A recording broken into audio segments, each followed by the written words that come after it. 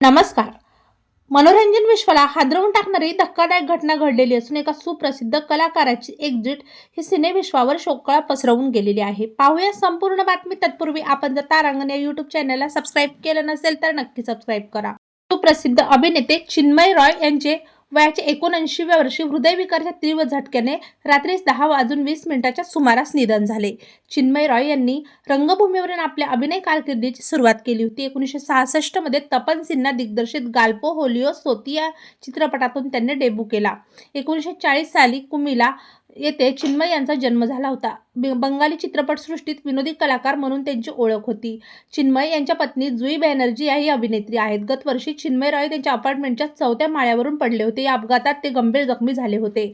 तेव्हापासून त्यांची प्रकृती ढासळली होती. चिन्मय रॉय यांनी चार मूर्ती, बासंता, विलाप, नानी गोपालेर, बीजे अशा अनेक क्लासिक चित्रपटात अभिनय केला. सत्यजित रे यांच्या गुपी गाईन बागाबाईने या क्लासिक सिनेमातही त्यांनी काम केले होते. तेव्हा मित्रांनो, आपल्या तारांगण या यूट्यूब चॅनलतर्फे सुप्रसिद्ध अभिनेते चिन्मय रॉय यांना भावपूर्ण श्रद्धांजली.